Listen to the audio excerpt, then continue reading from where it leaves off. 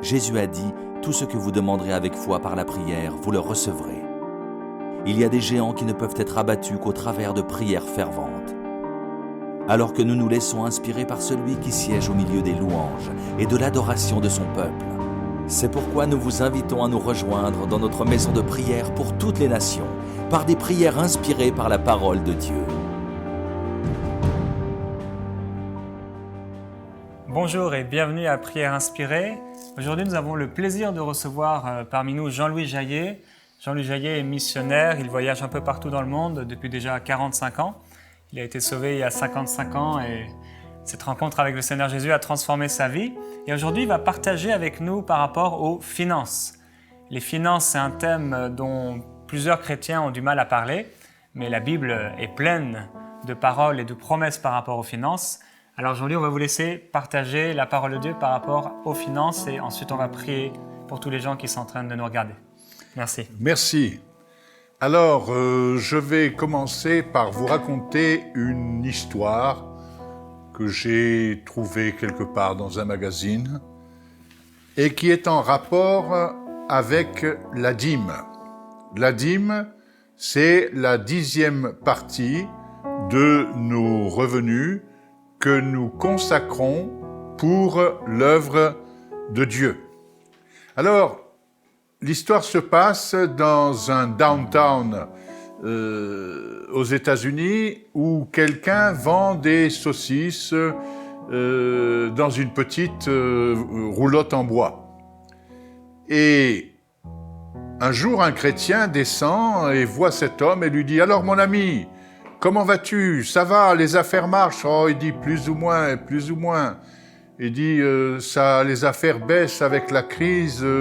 Là, je fais 250 à 300 dollars par semaine et c'est pas suffisant pour nourrir ma famille.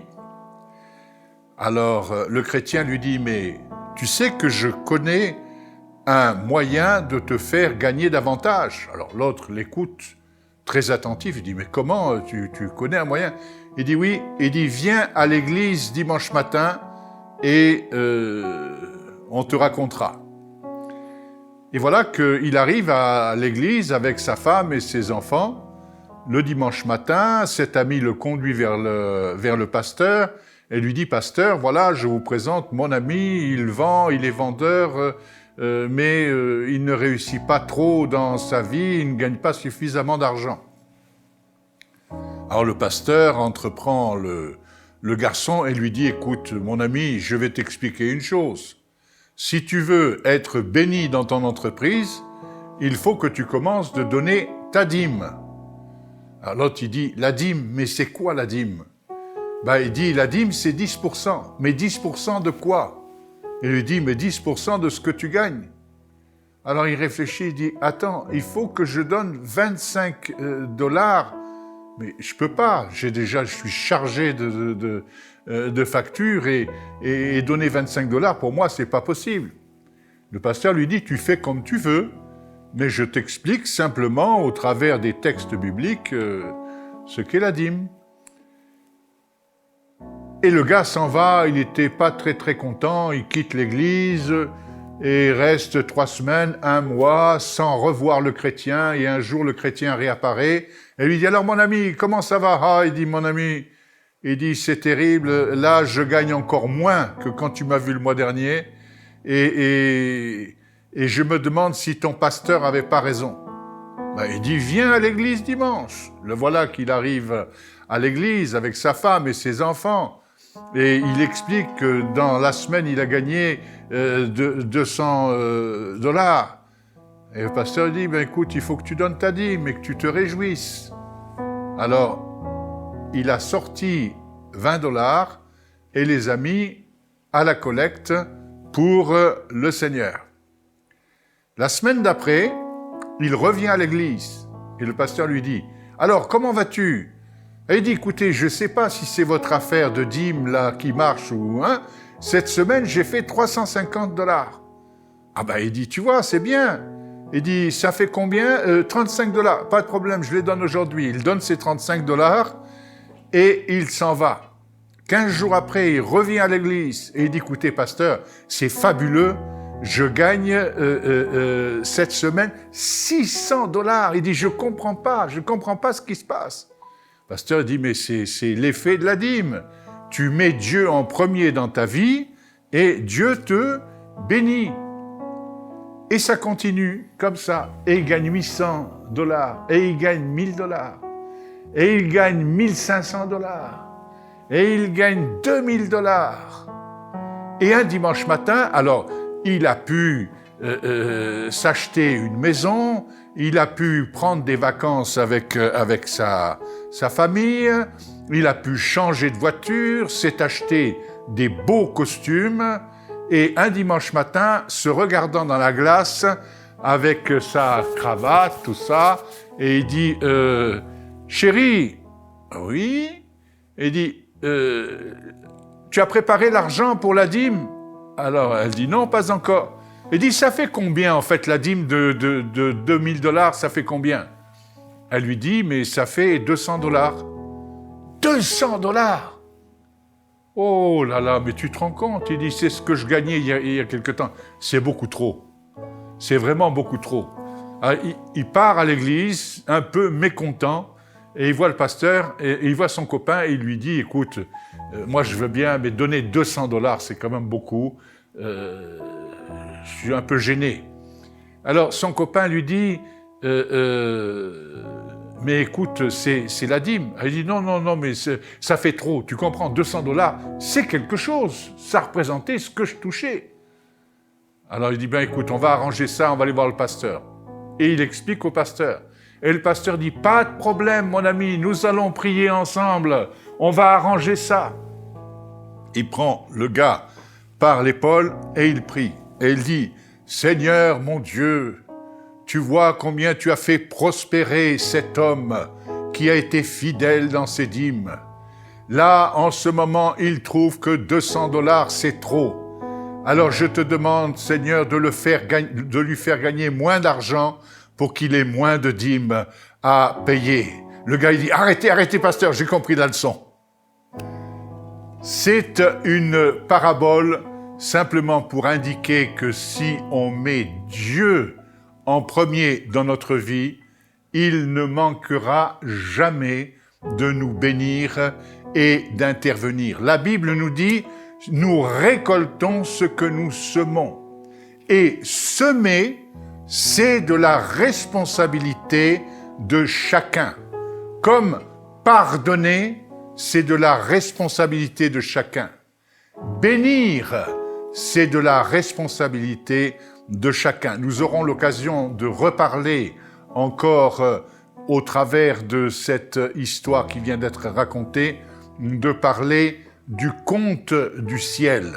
Aujourd'hui, les gouvernements font la chasse aux paradis fiscaux. Alors je ne sais pas ici au Canada comment ça se passe, je sais qu'en France, on liste tous les paradis fiscaux. On se dit, il faut vraiment que ça disparaisse. Eh bien moi, je vais vous encourager à avoir un compte dans un paradis. Je ne dirais pas fiscal, mais un compte au ciel. Et j'aurai l'occasion de vous parler de ce compte au ciel que nous pouvons approvisionner et nous pouvons tirer des chèques et tirer des cartes de crédit sur ce compte que nous avons au ciel pour vraiment que Dieu réponde à nos prières. Et si nous semons de l'argent, nous ne récoltons pas nécessairement de l'argent. Mais une chose est certaine, c'est que celui qui demande reçoit, celui qui donne récolte, et il récolte avec abondance, l'abondance de Dieu. Merci Jean-Louis pour ce partage. Alors on a un compte au ciel. Donc on va parler de ça, de ce compte qu'on a au ciel. Et aussi de la semence et de la récolte. Jean-Louis Jaillet vous a partagé dans ces quelques minutes donc, quelques pensées de la parole de Dieu, et une pensée un peu plus forte que les autres, c'est sur la dîme. Effectivement, la dîme est biblique, nous la voyons dans la parole de Dieu dans son ensemble, et nous comprenons que la dîme, c'est simplement donner 10% de ses revenus pour le Seigneur, pour le royaume de Dieu. Donc nous allons prier pour les finances aujourd'hui, nous allons prier pour vos finances personnelles, mais il est évident que si nous voulons voir Dieu agir dans nos finances, cela nous demandera toujours d'obéir aux principes de sa parole. Jean-Louis, est-ce que vous pourriez un peu nous parler de cette dîme, de cette semence? Je vais encore raconter une histoire. Oui, allez-y, oui. Nous faisions des tournées avec mon épouse et on nous donnait un honoraire et cet honoraire, nous voulions y consacrer 10% pour l'œuvre de Dieu. Donc, on avait amassé une certaine somme d'argent qu'on avait consacrée à Dieu. Et cette dîme, nous la devions à Dieu et à personne d'autre. C'était en quelque sorte notre impôt qui faisait qu'on était citoyen du royaume de Dieu. Et j'ai demandé dans une prière, j'ai dit « Seigneur, à qui devons-nous donner cette dîme ?» Et le Seigneur m'a dit clairement « Tu vas donner cette dîme à tel serviteur de Dieu, qui est un serviteur de Dieu américain, qui était 100 fois plus riche que moi. » Là, j'ai réagi un peu en disant « Mais Seigneur, mais c'est pas possible, ce que je vais lui donner, ça va lui servir à peu de choses. Il va s'acheter quelques cravates sur les Champs-Élysées et ça sera tout. » J'ai dit non, j'ai dit indique-moi quelque chose, quelqu'un, une œuvre qui a besoin de cet argent. Et le Seigneur a insisté, m'a dit non, cette dîme m'appartient et j'en fais ce que je veux. Alors j'ai dit ok, je comprends. Et là j'ai eu une réaction bizarre, qui m'a même étonné, en disant « Ok, je donne cette dîme à tel serviteur, mais je te demande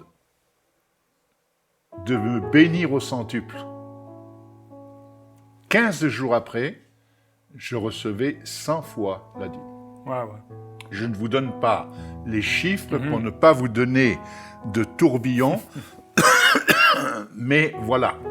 Maintenant, en ce qui concerne le conte, dans cette traduction de la Bible, le semeur, je lis au chapitre 2 de Jacques et au verset 23. « Ainsi s'accomplit ce que l'Écriture déclare à son sujet, au sujet d'Abraham. Abraham a eu confiance en Dieu, et Dieu, en portant sa foi à son crédit, l'a déclaré juste et il l'a appelé son ami. » Jésus nous encourage dans l'évangile de Matthieu à nous amasser des trésors dans le ciel, mais il ne nous donne pas de mode d'emploi. Or, je crois que, et j'en parlerai dans une autre émission, je crois que le mot foi ne veut pas dire grand-chose. Par contre, le mot obéissance est plein de signification. Et que la foi, c'est l'obéissance. Amen. Et l'obéissance, c'est la mise en pratique de la foi. Donc, il ne nous donne pas de mode d'emploi et nous sommes obligés de nous débrouiller pour comprendre ce que la Bible dit.